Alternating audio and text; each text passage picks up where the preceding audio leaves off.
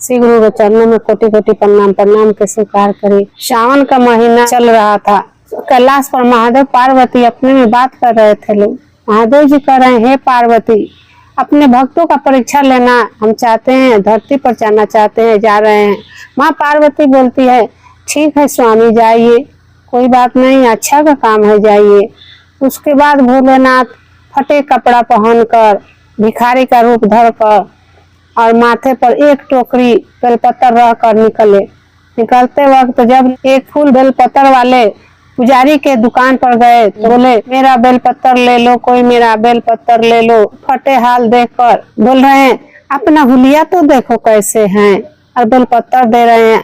साफ सुथरा वाले को बेलपत्र महादेव को चढ़ता है, आप जैसे आदमी के हाथ का बेलपत्र नहीं चढ़ सकता है। इतने पर भोलेनाथ और आगे निकले। वहां से एक दो लेडीज जा रही थी, उनको देखकर डायरेक्ट चलती चली गई। उनको देख रहे भी नहीं कि हाँ बेलपत्र ले कि नहीं ले।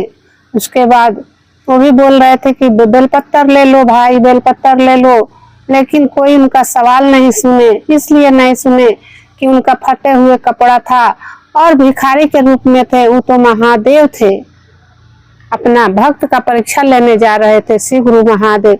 लेकिन उनका मर्म कोई नहीं जान रहा था कि कैसा आदमी है। और फिर आगे चले तो वहाँ एक पति पत्नी थे।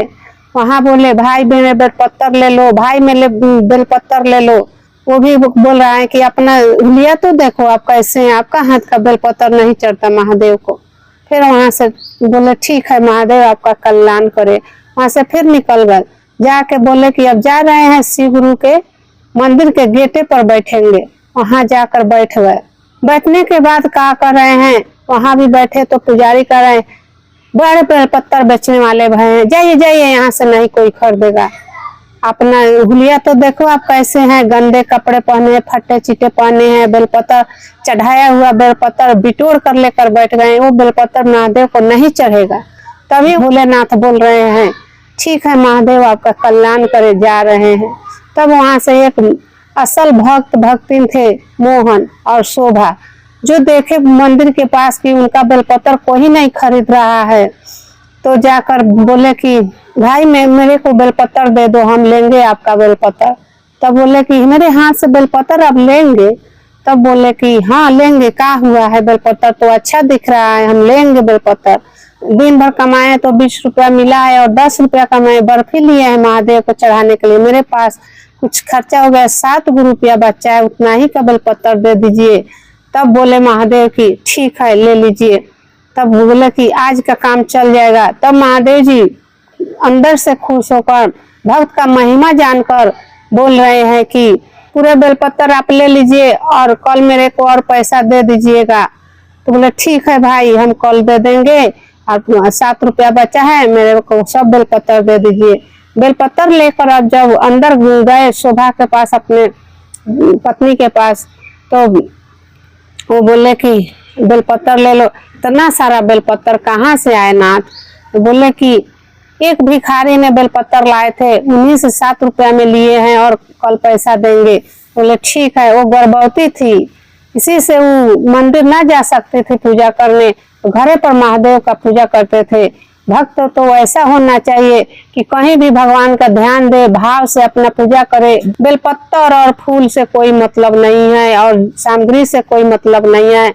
भाव चाहते हैं, प्रेम चाहते हैं कि मेरे लिए कौन भक्त का कितना प्रेम है, भाव है, इतना ही से खुश होते हैं। महादेव जी फूल बेलपत्र देकर कैलाश को चले गए। तब माँ पार्वती बोलती है, अच्छा किए महादेव, निर्धन का सहायता करके चले आए, इतना जरूरी था। उसके बाद सो गए वो लोग।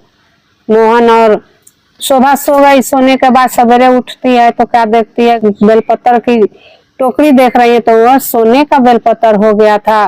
तो चकित हो गई। तब बोल रही है अपने पति से, स्वामी क्या चमत्कार है। तब दोनों बात करने लगी कि वहाँ कोई भगवान आए थे, इसलिए सोने का बेलपत्र हो गया। तब उस दिन सोए दोनों आंधी। तो भगवान स्वप्न में आकर बोल रहे हैं, सोहन देखो, तुमको भक्ति का मैं परीक्षा लेने आया था, उसी में आप सफल हुए, इसलिए मैं आपका बेलपत्र सोने का कर दिए। उसी बेलपत्र से आप अपना बाल बच्चा बीवी का भी भरण पोषण कीजिए, एक एक बेलपत्र बेचकर अपना खर्चा चलाइए।